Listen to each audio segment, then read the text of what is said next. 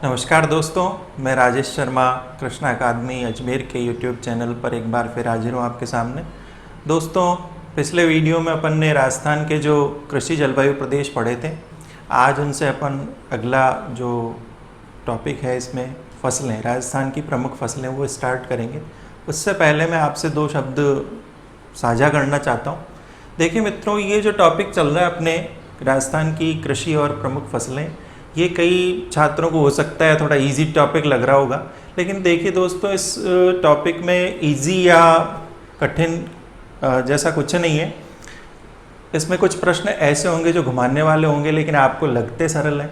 अति आत्मविश्वास से बचिए, ठीक है, और थोड़ा सा धैर्य रखिए। जो प्रश्न थोड़े ऐसे हटके हैं वो आपके एग्ज़ाम में बहुत इम्पॉर्टेंट रोल रखेंगे। आप उनको नोट डाउन कर लीजिए, ठीक है। और प्रश्न की प्रकृति पर जाइए, और आजकल ट्रेंड चल रहा है अवधारणात्मक जो प्रश्न होते हैं उनका ट्रेंड चल रहा है, तो आप थोड़ा सा धैर्य रखिए। और जो प्रश्न अलग हटके हैं कुछ, ठीक है, या उलझाने वाले भी हैं इसमें, ठीक है, उनको नोट डाउन करते चलिए, ठीक है। तो आज अपन नया टॉपिक इसमें स्टार्ट करते हैं, राजस्थान की प्रमुख फसलें।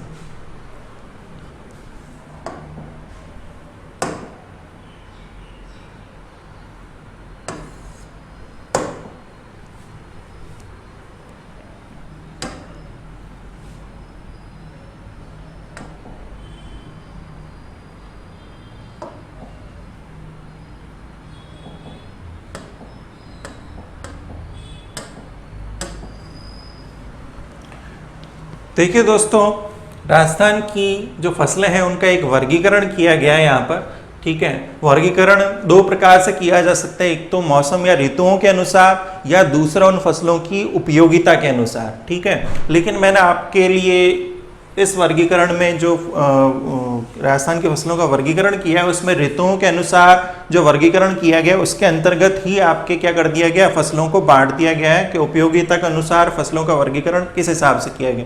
तो आपको दो बार नहीं पढ़ना पड़ेगा किसी चीज को, इसी में आप दोनों वर्गीकरण एक साथ पढ़ सकेंगे, ठीक है। तो ये टॉपिक ज्यादा लंबा नहीं खींचेगा। तो आइए शुरू करते हैं। राजस्थान में फसलों का वर्गीकरण मतलब क्लासिफिकेशन इनका कर रखा है, इनको क्लासिफाइड कर रखा है कि कौन सी चीज, कौन सी फसल कौन सी ऋतु में आती है और क्या है उसकी उपयोगिता। तो आगे देखते हैं। पहला जो वर्गीकरण कर रखा है इसमें मौसम या ऋतुओं के अनुसार। अपन ने अभी तक कृषि पढ़ी, कृषि में जलवायु का बहुत महत्व होता है, मौसम का बहुत महत्व होता है, ठीक है।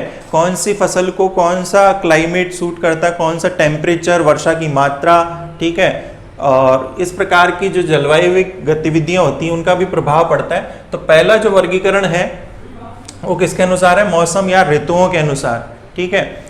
आपने एक बात सुनी होगी कि कोई किसान है वो कितना ही घड़े से सींचे किसी फसल को, लेकिन उसमें फल तभी आता है जब उसमें क्या होता है भाई, ऋतु के अनुकूल वो फसल बोई जाती है, ठीक है। तो ये वर्गीकरण का महत्व यही है कि ऋतु के अनुकूल अगर आप फसल बोते हैं तो उससे क्या आपको ज़्यादा पैदावार मिलती है, ठीक है।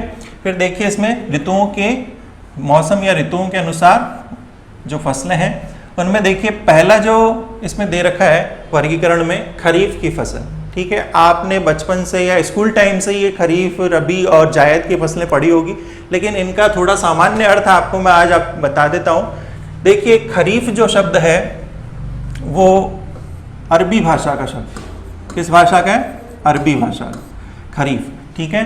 अब खरीफ का अर्थ क्या होता है, ठीक है, तो यहाँ पर ये खरीफ क्या है, अरबी भाषा का शब्द है और इसका अर्थ होता है आपके पतझड़।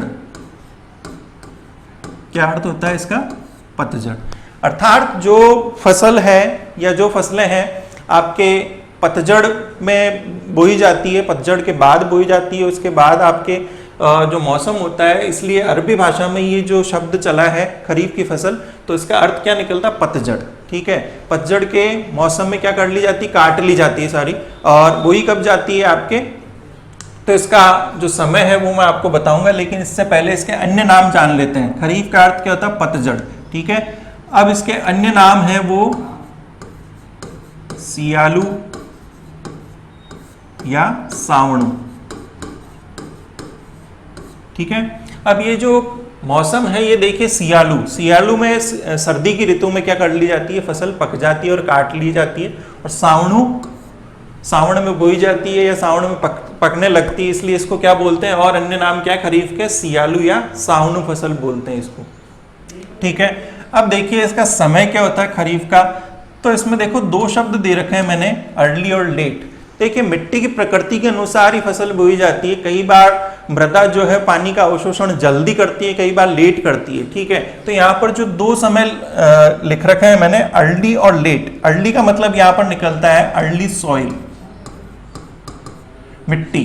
ठीक है, अर्ली सॉइल कहते हैं आपके जो बालू मिट्टी होती है उसको अर्ली सॉइल कहते हैं। यहाँ पर एक प्रश्न बनता है कि भाई अर्ली सॉइल के नाम से कौन सी मिट्टी को जाना जाता है, तो आपके बालू मिट्टी को अर्ली सॉइल के नाम से जाना जाता है। दूसरा देखिए लेट सॉइल, लेट सॉइल के नाम से जाना जाता है काली मिट्टी को, काली या चिकनी मिट्टी। अब इसको एक उदाहरण के अनुसार मैं आपको समझाऊं तो आपने देखा होगा जो आपके रामदेव जी का मेला लगता है भाद्रपद माह में। ठीक है, तो उस वक्त देखिए आप जो पूर्वी राजस्थान है वहाँ के श्रद्धालु अपना घर छोड़ के कई बार देखो पैदल यात्रा पर जाते हैं, जातरू बोलते हैं आप जिनको।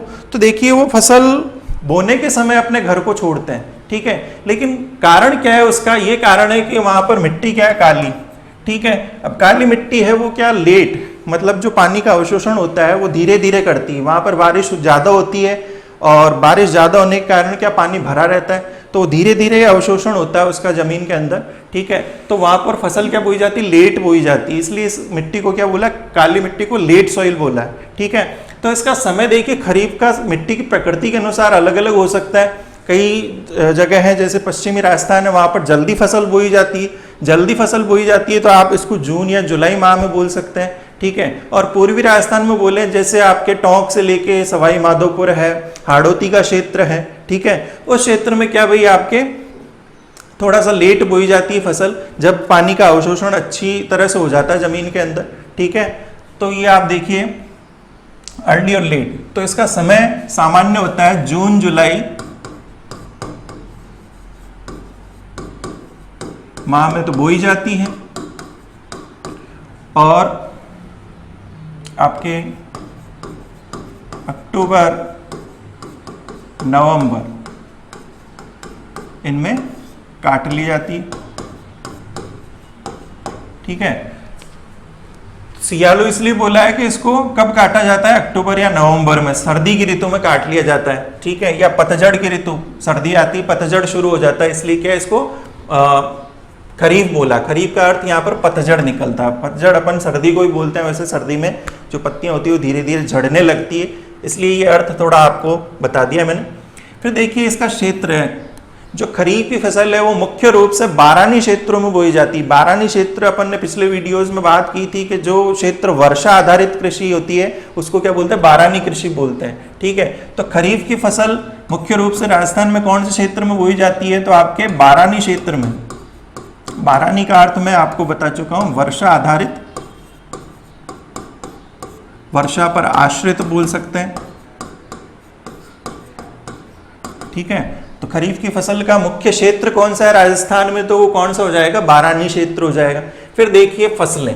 ठीक है, अब यहां पर मैं आपको प्रश्न बनाकर बताऊंगा कि किस टाइप से आपको घुमाया जा सकता है एग्जाम में। ठीक है, प्रश्नों की प्रकृति कैसे चेंज हो सकती है। ठीक है, तो पहला प्रश्न देखिए, खरीफ के अंतर्गत राजस्थान की प्रमुख खाद्यान्न फसलें कौन सी है। ठीक है, प्रमुख खाद्यान्न फसलों में सबसे पहले अपन जान लेते हैं खाद्यान्न होता क्या है, अनाज प्लस दालें। ठीक है, अनाज और दालों को सम्मिलित रूप से क्या कहा जाता है, खाद्यान्न कहा जाता है। ठीक है, या अनाज कौन कौन से हैं, ठीक है, इसी खाद्यान्न को ही दो टुकड़ों में बांट दे तो अनाज कौन से हैं, दालें कौन सी है। ठीक है, इस प्रकार के प्रश्न आपको देखने को मिलेंगे। ठीक है, अभी कुछ प्रश्न मैं आपको बताऊंगा जो एग्जाम में पूछे गए। ठीक है, तो देखिए अनाजों में सबसे प्रमुख फसल है। ठीक है, यहाँ पर एक प्रश्न तैयार होता है कि राजस्थान में खरीफ की प्रमुख फसल कौन सी है। ठीक है, प्रमुख फसल आपको क्या करना है, बाजरा करना है। ठीक है, तो ये प्रश्न आपको सामान्य रूप से याद रह जाएगा, ज्यादा कठिन नहीं है। अनाजों में सबसे प्रमुख है। ठीक है, या राजस्थान में खरीफ की भी सबसे प्रमुख फसल पूछ ले तो कौन सी आएगी, आपके बाजरा ही आएगी। फिर देखिए बाजरा के अलावा दूसरा स्थान होता है मक्का का अनाजों में। ठीक है, और तीसरा होता है ज्वार और चावल। ठीक है, ये चार जो अनाज हैं ये खरीफ के अंतर्गत बोए जाते हैं। ठीक है, खरीफ के अंतर्गत आपके ये सबसे इंपॉर्टेंट प्रश्न बनता है कि भाई इसमें प्रमुख अनाज कौन सा है या प्रमुख फसल कौन सी है, तो उसका एक ही उत्तर होगा बाजरा। ठीक है, बाजरा के बारे में अपन डिटेल में आगे और बात करेंगे, लेकिन आपको अनाज ये चार याद रखना है। फिर देखिए दूसरा प्रश्न बनता है कि आपके जो राजस्थान में दलहन है, ठीक है, खरीफ के अंतर्गत जो दलहन है वो कौन कौन से हैं, तो ये प्रश्न आपके एलडीसी में आ चुका है कि राजस्थान में जो खरीफ की फसलें हैं, एलडीसी का एग्जाम हुआ था उसमें आया था, तो उसमें दलहन में पूछा था कि कौन सी राजस्थान की खरीफ की प्रमुख दलहन है, तो उसमें आपका आंसर क्या था, अरहर। अरहर को तुअर भी बोलते हैं आप। ठीक है, तो अरहर की जो दाल होती है वो क्या है भाई, खरीफ की अंतर्गत बोई जाती है। ठीक है, कुछ दालें हैं वो आपके रबी में भी बोई जाती है, लेकिन यहाँ पर अपन बात कर रहे हैं खरीफ की, तो ये प्रश्न आपके एक और तैयार हो जाता है और रिपीट भी होता है कई बार प्रश्न, तो यहाँ पर ध्यान रखिए आप। दलहन में दूसरी है आपकी उड़द। ठीक है, उड़द के अलावा देखिए मूंग, मोठ और चौला। ठीक है, ये चार पांच जो आपके दालें हैं ये किसके अंतर्गत बोई जाती है, खरीफ के अंतर्गत बोई जाती है। फिर देखिए तिलहन का आपको प्रश्न मिल जाए कि खरीफ के तिलहन कौन से राजस्थान में, तो सबसे प्रमुख तिलहन है आपके मूंगफली, तिल, फिर आता है सोयाबीन और चौथे पे अरंडी। ठीक है, ये प्रश्न चार तरीके से बन सकते हैं कि भाई अनाज पूछ ले तो अनाज आपको बताना है, दलहन पूछ ले तो दलहन बताना है, तिलहन पूछ ले तो तिलहन बताना है। ठीक है, नाम आपको सामान्य रूप से याद रह जाएंगे, कोई ज्यादा कठिन नहीं है। फिर देखिए व्यापारिक फसलें कौन सी है, तो कपास। ठीक है, व्यापारिक या नगदी फसलें, कई बार ये सिंपल सा क्वेश्चन पूछा जाता है कि निम्नलिखित में से कौन सी एक व्यापारिक या नगदी फसल है। ठीक है, व्यापारिक या नगदी फसलों में सबसे पहले बात करें तो कपास। ठीक है, सबसे इंपॉर्टेंट जो व्यापारिक या नगदी फसल है वो कौन सी है, कपास। आपने देखा होगा राजस्थान या पूरे भारत में सूती वस्त्र उद्योग है वो बहुत उन्नत अवस्था में है, ये सबसे प्राचीन उद्योग है। ठीक है, तो उसमें कौन सी चीज सबसे पहले काम में आती है, कपास। ठीक है, मूलभूत आवश्यकता है आपके, तो कपास क्या है भाई, खरीफ की प्रमुख व्यापारिक या नगदी फसल है। ठीक है, दूसरी देखिए गन्ना। राजस्थान में गन्ना वैसे ज्यादा मात्रा में होता नहीं है, लेकिन फिर भी क्या, गन्ना एक महत्वपूर्ण फसल है, व्यापारिक या नगदी फसल है। ठीक है, तो आपको इस क्लासिफिकेशन में ये चीज याद रखनी है। ग्वार, ग्वार क्या है, राजस्थान की एक प्रमुख खरीफ की फसल है जो व्यापारिक या नगदी, इसका जो फसल बोने का जो कारण है वो क्या है, नगद पैसा कमाना। ठीक है, हाथों हाथ बेच के इसको नगद पैसा कमा सकते हैं। ठीक है, ग्वार के बारे में डिटेल में बात करूंगा कि किस प्रकार राजस्थान को इससे थोड़ा फायदा हुआ था। ठीक है, आपने देखा होगा ग्वार के अभी भाव पिछले 5-7 साल पहले बहुत ज्यादा बढ़ गए थे, उसका कारण क्या है वो मैं आने वाली जो स्लाइड है उसमें आपको बताऊंगा। देखिए फिर है तंबाकू। राजस्थान के जो उत्तर पूर्वी जो जिले हैं वहां पर तंबाकू की पैदावार होती है। ठीक है, और तंबाकू भी क्या है भाई, खरीफ की एक प्रमुख व्यापारिक या नगदी फसल है, ये आपको क्लासिफिकेशन में पूछा जा सकता है। अब देखिए सब्जियों की बात करें तो आलू एक कॉमन सब्जी है। ठीक है, ये किस में बोया जाता है, आपके खरीफ में बोया जाता है। ठीक है, खरीफ में बोया जाता है। इस प्रकार की कुछ हटके चीजें पूछ ली जाती है कई बार जो आपको भ्रमित कर सकती है। ठीक है, देखने में इजी लगता है आलू आप पूरे साल कंज्यूम करते हैं, लेकिन इसका मुख्य पैदावार कौन से ऋतु में की जाती है, कौन सी फसल के अंतर्गत रखा जाता है, तो ये चीज थोड़ी आपको घुमा सकती है। आलू क्या है भाई, आपके खरीफ की एक प्रमुख व्यापारिक या नगदी फसल है। ठीक है, अब इन फसलों को अपन डिटेल में इनसे प्रश्न क्या बनते हैं, इनके क्षेत्र क्या है, क्या इनकी खासियत है, ठीक है, कैसे घुमा के प्रश्न बनता है, तो मैं आपको आगे इसमें बताऊंगा। सबसे पहले अपन फसलों में पढ़ेंगे अनाज वाली फसलें। ठीक है, अब राजस्थान का अनाजों के उत्पादन में भारत में कौन सा स्थान है, तो 7वां स्थान है। भारत में राजस्थान का कौन सा स्थान है, 7वां।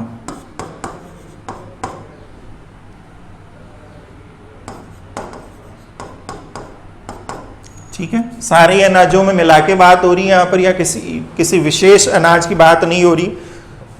फिर देखिए अनाजों में सबसे पहले प्रमुख अनाज रखा है बाजरा।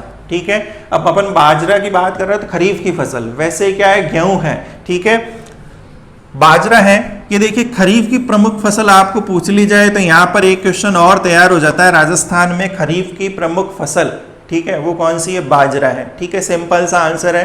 ठीक है, इसमें दिक्कत नहीं आएगी।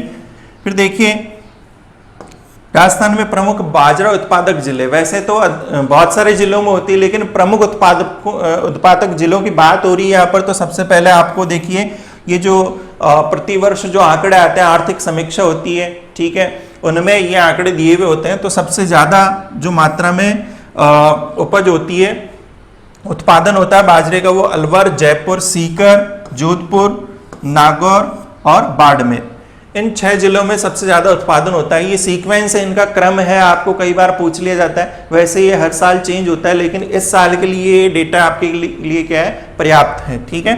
फिर देखिए इसका क्षेत्रफल के अनुसार यहाँ पर एक और प्रश्न तैयार होता है, इंपॉर्टेंट। देखिए क्षेत्रफल के अनुसार फसलों में क्रम। देखिए यहाँ पर घुमाने वाली बात है, मैंने आपको भी बताया था कि इजी लगने वाली जो चीजें हैं वो कई बार आपको कठिनाई में डाल सकती है। अब क्षेत्रफल के अनुसार क्या है, फसलों में क्रम इसका पहला है, ठीक है, प्रथम। आपको प्रश्न थोड़ा घुमा के पूछा जाएगा कि राजस्थान में सर्वाधिक क्षेत्रफल पर बोई जाने वाली फसल कौन सी है, ठीक है। तो सर्वाधिक क्षेत्रफल पर बोई जाने वाली फसल कौन सी होगी, बाजरा, ठीक है। लेकिन अब पूछ ले आपको उत्पादन के अनुसार राजस्थान में फसलों का क्रम या प्रथम स्थान पर कौन सी है, तो उसमें गेहूं होगा आपके, ठीक है, बाजरा नहीं होगा वहां पर। अगर आप बाजरा करते हैं तो आपका एक क्वेश्चन गलत हो सकता है, ठीक है। अब देखिए उत्पादन के अनुसार बाजरा का जो फसलों में क्रम है वो दूसरा है, द्वितीय स्थान है, ठीक है। प्रथम कौन सा है, तो वो गेहूं होगा।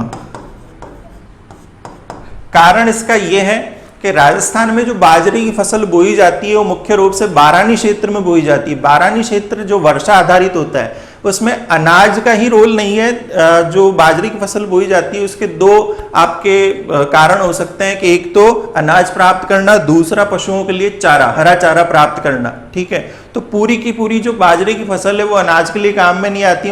कई जगह ऐसे होता है कि वर्षा आधारित कृषि की जाती है तो बाजरे का उत्पादन कम होता है, ठीक है।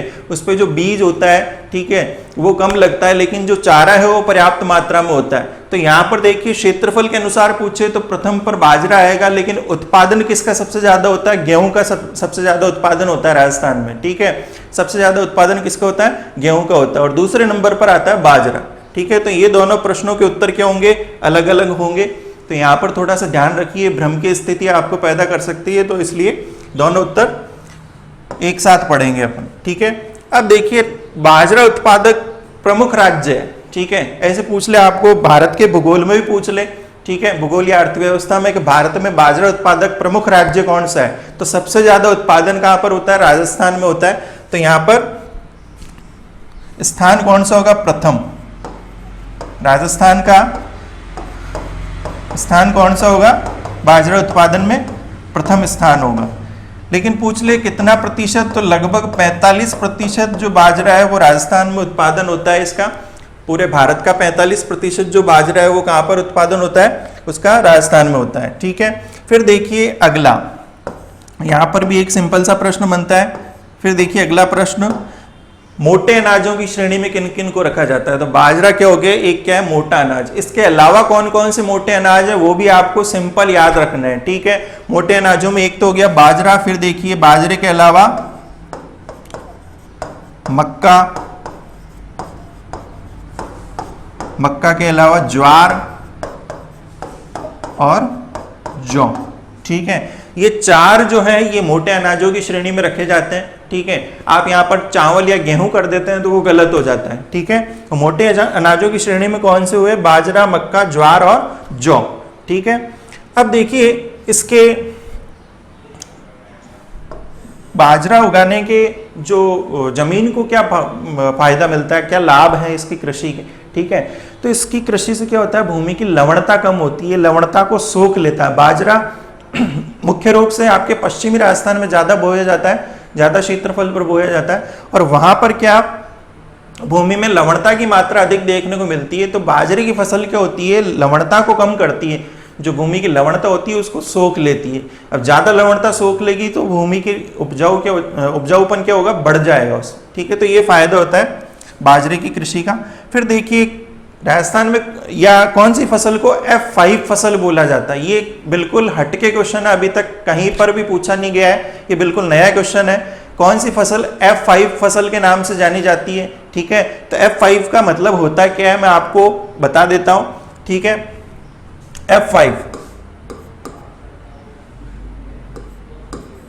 ठीक है, फूड,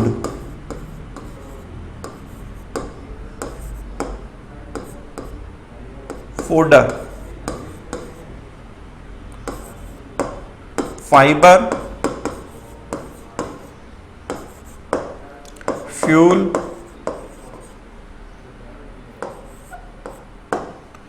फूड, फोडर, फाइबर और एक आपके कौन सा बच गया? फूड, फोडर, फाइबर, फ्यूल और फर्टिलाइजर्स।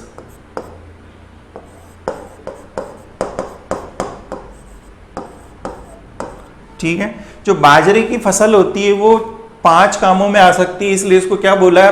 F5 फसल बोला है। ठीक है, अभी तक किसी भी एग्जाम में नहीं पूछा गया है। F5 फसल के नाम से बाजरा को जाना जाता है। बाजरा से फूड प्राप्त होता है, फूड मतलब अनाज, ठीक है, भोजन प्राप्त होता है। दूसरा फोडर, फोडर मतलब चारा,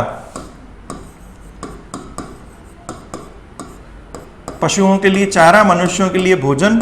फाइबर का मतलब रेशा, इसकी पत्तियों से क्या प्राप्त होता है? तने से या पत्तियों से रेशा प्राप्त होता है। फ्यूल, फ्यूल मतलब ईंधन,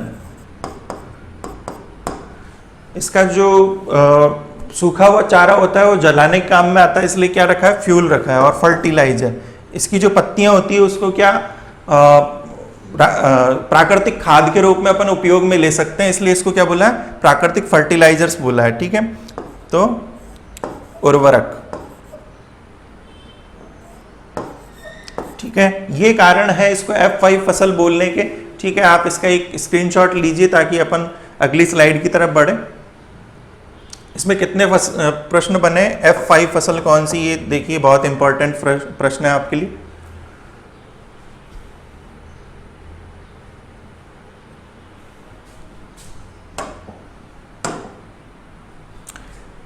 फिर देखिए दोस्तों, खरीफ की फसलों में दूसरा स्थान आता है मक्का का। मक्का से जुड़े हुए जो प्रश्न है वो मैं आपको बता देता हूं कि राजस्थान में या भारत में जो अनाजों की रानी है वो कौन सी फसल को कहा जाता है? अनाजों की रानी कौन सी फसल को कहा जाता है? तो मक्का को।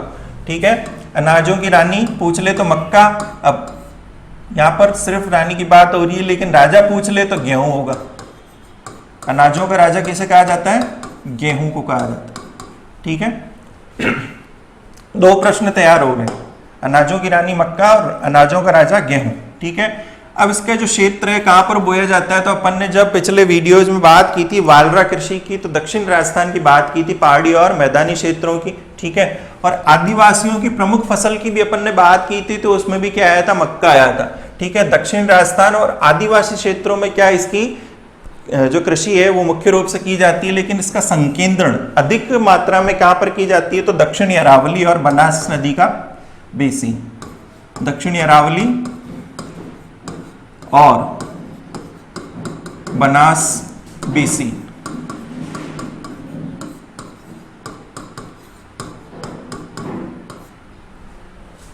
बनास नदी और आपके एक माही भी आप इसमें ऐड कर सकते हैं। माही नदी का जो क्षेत्र है उसमें भी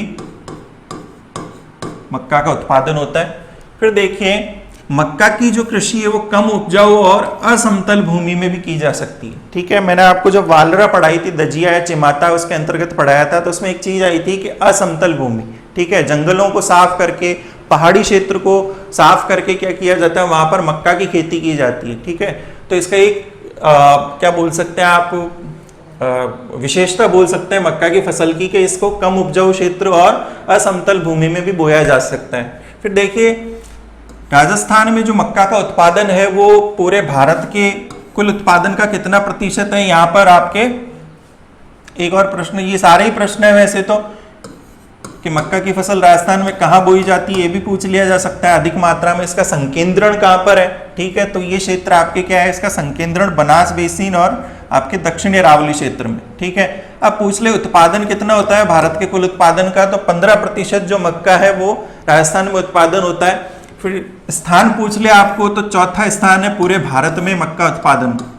ठीक है, राजस्थान का कौन सा स्थान है? चौथा स्थान है। फिर देखिए, ये तीसरी प्रमुख खाद्य फसल है। ठीक है, तो आपको राजस्थान में जो खाद्य फसलें हैं उनका क्रम पूछ लिया जाता है। सबसे प्रमुख जो फसलें उनका क्रम क्या है? ठीक है, प्रमुख खाद्य फसल है गेहूं। गेहूं के बाद आएगा बाजरा, और तीसरे नंबर पे मक्का रखेंगे आप, चावल नहीं रखेंगे। ये इसका क्या होगा, सीक्वेंस होगा या क्रम होगा। ठीक है, यहाँ पर आपके एक और प्रश्न बनता है। ठीक है, फिर देखिए अपन ने मोटे अनाजों की बात कर ली थी, तो आपके 4 जो मोटे अनाज है उनमें से एक कौन सा है, मक्का है। ठीक है, बाकी 3 बाजरा हो गया, आपके जौ हो गया और ज्वार हो गया। ठीक है, अब राजस्थान में मक्का उत्पादक प्रमुख जिले कौन कौन से हैं। ठीक है, और जिलों की बात करें तो चित्तौड़गढ़, उदयपुर, भीलवाड़ा, बांसवाड़ा, डूंगरपुर, प्रतापगढ़ और राजसमंद। इन जिलों में सबसे ज्यादा मक्का का उत्पादन होता है। ठीक है, तो आप ये सीक्वेंस याद रखिए, मैंने उत्पादन के अनुसार इनका क्रम रखा है। फिर देखिए मक्का की जो किस्में हैं उनके नाम देखिए। ठीक है, माही कंचन और माही धवल। ठीक है, ये 2 किसकी किस्में हैं, आपके मक्का की प्रमुख किस्में हैं। ठीक है, अब देखिए बांसवाड़ा, माही कंचन, बांसवाड़ा में जो शोध संस्थान है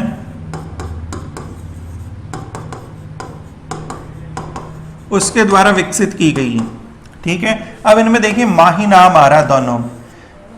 बांसवाड़ा में क्या है भाई, आपके जो माही नदी का बेसिन है या माही नदी का जो प्रवाह क्षेत्र है उसमें क्या होता है, वो अपने साथ जो कांपीय मिट्टी, जलोढ़ मिट्टी बहाकर लेके आती है, वो किसके लिए अनुकूल होता है, आपके जो मक्का की फसल है उसके लिए अनुकूल होता है। और बांसवाड़ा में एक शोध संस्थान है, उसके द्वारा ये दोनों माही कंचन और माही धवल, ये किसकी किस्में है, ये मक्का की किस्में है जो बांसवाड़ा में जिनका विकास किया गया है। ठीक है, लेकिन आपको पूछ ले एग्जाम में कि माही सुगंधा किसकी फसल है, तो वो आप मक्का में नहीं रखेंगे। यहाँ पर आप क्या कंफ्यूज हो सकते हैं। तो माही सुगंधा किसकी एक किस्म है, चावल की है, ये मक्का की नहीं है, विशेष रूप से ध्यान रखना आपको। यहाँ पर एक और क्वेश्चन तैयार होता है कि माही कंचन और माही धवल, ये एग्जाम में पूछा गया आ रहा है इसमें। ठीक है, माही कंचन और माही धवल किसमें है भाई, मक्का में है। लेकिन जैसे ही माही सुगंधा की बात आती है, देखिए यहाँ पर याद रखने का तरीका मैं आपको बता देता हूँ। चावल में सुगंध आती है, ठीक है, सुगंधित जो चावल होता है उससे क्या आपके माही सुगंधा नाम पड़ा है। ठीक है, अब वो किसके लिए भाई, चावल के लिए। लेकिन बाकी जो माही कंचन है, कंचन कैसा होता है, सोने के कलर का होता है, सुनहरा होता है। सुनहरा मतलब आपके सुनहरे कलर का मक्का होता है। ठीक है, एक व्हाइट कलर की मक्का भी विकसित की गई है, इसलिए धवल बोला है। धवल मतलब सफेद कलर का। ठीक है, व्हाइट कॉर्न जिसको आप बोलते हैं। ठीक है, तो ये कंचन और धवल क्या है भाई, आपके मक्का में आएगा। और सुगंधा की बात करें तो चावल। ठीक है, चावल की बात। अब देखिए राजस्थान में अमेरिकन मक्का का उत्पादन कहाँ पर होता है, ये एग्जाम में क्वेश्चन पूछा गया है। ठीक है, तो अमेरिकन मक्का का उत्पादन कहाँ पर होता है, मुख्य रूप से बांसवाड़ा में होता है, ध्यान रखिएगा। जिसको आप क्या बोलते हैं, स्वीट कॉर्न बोलते हैं, स्वीट कॉर्न या मीठी मक्का।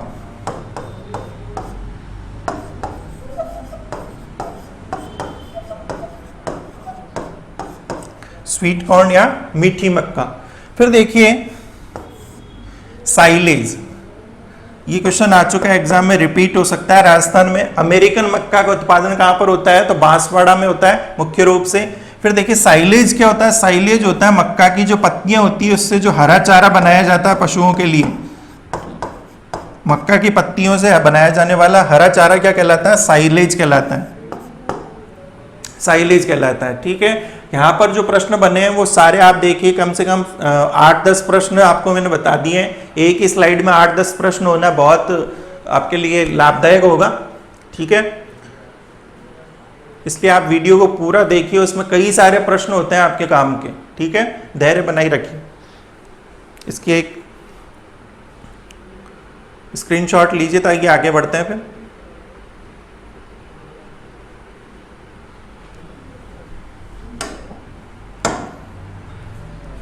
फिर देखिए तीसरा जो अनाज है खरीफ के अंतर्गत वो है ज्वार।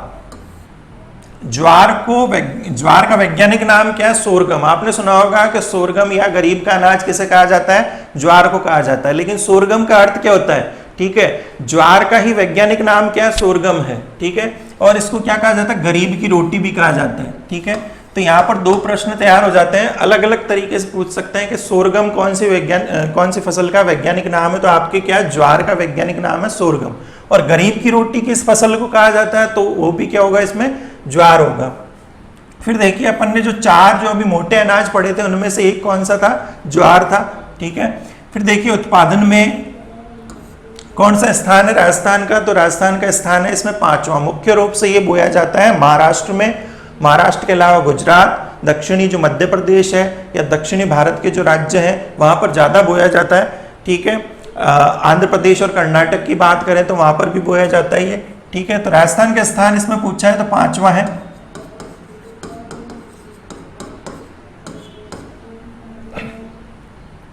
फिर देखिए आपके एक और क्वेश्चन बनता है कि राजस्थान में ज्वार अनुसंधान केंद्र कहां पर है, ठीक है। राजस्थान में ज्वार अनुसंधान केंद्र है वल्लभनगर उदयपुर में, ठीक है। वल्लभनगर कहां पड़ता है, वल्लभनगर पड़ता है उदयपुर जिले में। अभी तक पूछा नहीं गया राजस्थान में ये ज्वार अनुसंधान केंद्र कहां पर है, जिला नहीं पूछा गया, जगह का नाम नहीं पूछा गया, इसलिए ये क्वेश्चन आने वाले समय में आपको देखने को मिल सकता है, ठीक है। वल्लभनगर उदयपुर में। अब वल्लभनगर से एक और प्रश्न मेरे को याद आ रहा है, यहाँ पर एग्जाम में पूछा गया है राजस्थान में भैंस प्रजनन संस्थान कहां पर है, ठीक है। तो वल्लभनगर में है क्या आपके भैंस प्रजनन संस्थान।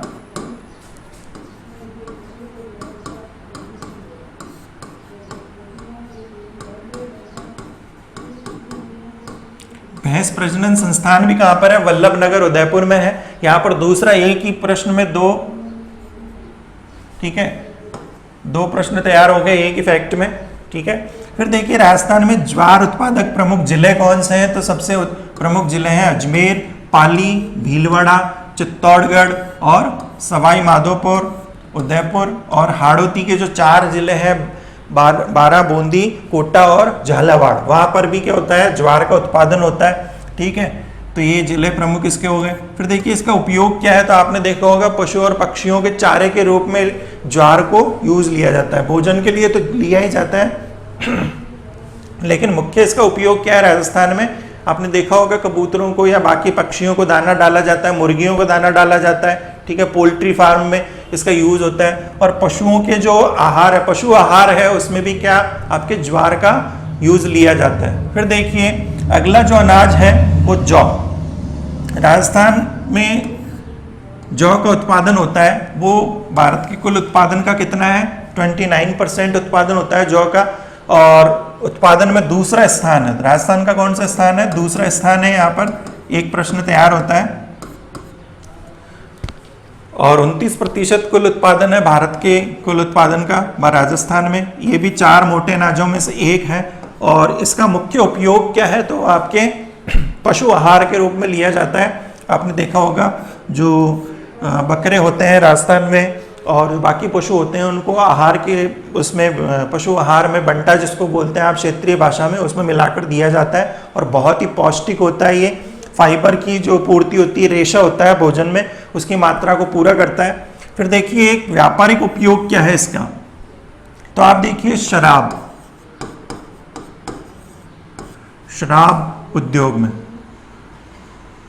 शराब का नाम बोले तो आप बियर, शराब उत्पादन में इसका उपयोग होता है, ठीक है। इसके अलावा इसके क्या है भाई, औषधीय गुण भी है। इसकी प्रकृति कैसी होती है, ठंडी प्रकृति का होता है, इसलिए क्या भाई इसका औषधि के रूप में महत्व है। इसका जो पानी है वो शरीर को ठंडा रखता है, ठीक है। आपने गर्मी की ऋतु में देखा होगा धानी खाते हैं, धानी जिसको आप क्षेत्रीय भाषा में बोलते हैं, तो धानी भी क्या औषधीय महत्व रखती है, इसलिए इसका औषधीय गुण है जौ का। फिर देखिए इसके प्रमुख उत्पादक जिले कौन से हैं, तो जयपुर हो गया, श्री गंगानगर हो गया, सीकर हो गया, हनुमानगढ़ हो गया और अलवर हो गया, ठीक है। ये उत्तरी राजस्थान में ज्यादा होता है, जौ राजस्थान के उत्तरी भाग में ज्यादा उत्पादन होता है। फिर देखिए अंतिम जो अनाज है, ठीक है, खरीफ की फसल का, ये सारी खरीफ के अनाज चल रहे हैं अभी, उनमें अंतिम है वो क्या है, चावल है। राजस्थान में चावल का उत्पादन बहुत सीमित क्षेत्रों में होता है क्योंकि वर्षा की जो मात्रा है वो कम होती है। जहाँ पर सिंचाई की अत्यधिक सिंचाई की सुविधा प्राप्त है, जहाँ पर जल है सिंचाई का वो जमीन में ज़्यादा समय तक टिका रह सकता है, वहीं पर क्या होती है, चावल की खेती होती है। ठीक है, तो राजस्थान में इसका उत्पादन कम होता है, तो गौण उत्पादक जिला है राजस्थान चावल का। यहाँ पर एक और प्रश्न मैं आपको बता देता हूँ कि निम्नलिखित में से कौन सी फसल का राजस्थान गौण उत्पादक राज्य है। ठीक है, तो उनमें से एक क्या होगा, चावल हो सकता है आपके। ठीक है, फिर देखिए इसके लिए चावल के लिए कौन सी मिट्टी अनुकूल होती है, तो जलोढ़ और जो काली मिट्टी होती है वो अनुकूल होती है चावल की फसल के लिए। ठीक है, ये प्रश्न आ चुका है। ठीक है, अब देखिए राजस्थान में बासमती चावल कहाँ पर होता है, तो ध्यान रखिए राजस्थान में बासमती चावल होता है बांसवाड़ा, हनुमानगढ़, श्री गंगानगर। ठीक है, बासमती चावल इन 3 जिलों में होता है। ये प्रश्न आपको पूछा जा सकता है, राजस्थान में बासमती चावल। ठीक है, अब बासमती चावल की बात करें तो जो अपन ने माही सुगंधा की बात की थी अभी, तो वो क्या है भाई, बांसवाड़ा में ज्यादा होता है माही सुगंधा, बासमती की किस्म है। और आपके देखिए जो नहरी क्षेत्र है उत्तरी राजस्थान में, गग्गर नदी का जो पेटा है, मैदान है, उसमें क्या होता है, चावल की खेती की जाती है। गग्गर नदी के पेटे की बात करें तो अपन उसमें हनुमानगढ़ जिले में, ठीक है, गग्गर नदी का जो पेटा है वहां पर क्या होती है, मैदान या पेटा, वहां पर बासमती चावल की खेती होती है। इसके अलावा देखिए राजस्थान में जो प्रमुख चावल उत्पादक जिले हैं उनमें एक नाम है आपके बूंदी का, दूसरा नाम है बारां, कोटा, उदयपुर और डूंगरपुर। इन जिलों के अलावा अपन ने ये लिखे हैं अन्य उत्पादक जो जिले हैं। यहाँ पर तो बात की थी अपन ने सिर्फ बासमती चावल के उत्पादन वाले जिलों की, और अन्य जिले कौन से हैं, तो पूरा हाड़ौती क्षेत्र आ जाता है इसमें। ठीक है, और ये चावल की किस्में माही सुगंधा और चंबल। ठीक है, अभी अपन ने ये जो हाड़ौती क्षेत्र की बात की थी, तो इसमें क्या भाई, चंबल के पानी से क्या होता है, चावल का उत्पादन होता है, और काली मिट्टी भी खूब है वहां पर, इसलिए क्या भाई, चंबल नदी के नाम पर ही इसकी किस्म का नाम क्या रख दिया गया है, चंबल रख दिया गया है। ठीक है, ये खरीफ की फसलों के अंतर्गत प्रमुख अनाज हुए हैं। अगली स्लाइड में अपन पढ़ेंगे दलहन और तिलहन और व्यापारिक फसलें। ठीक है, कृपया इस वीडियो को लाइक कीजिए, शेयर कीजिए, ताकि जो क्या बोलते हैं जरूरतमंद अभ्यर्थी हैं उन तक ये प्रश्न पहुंच सके। बहुत ही महत्वपूर्ण है। ठीक है, धन्यवाद।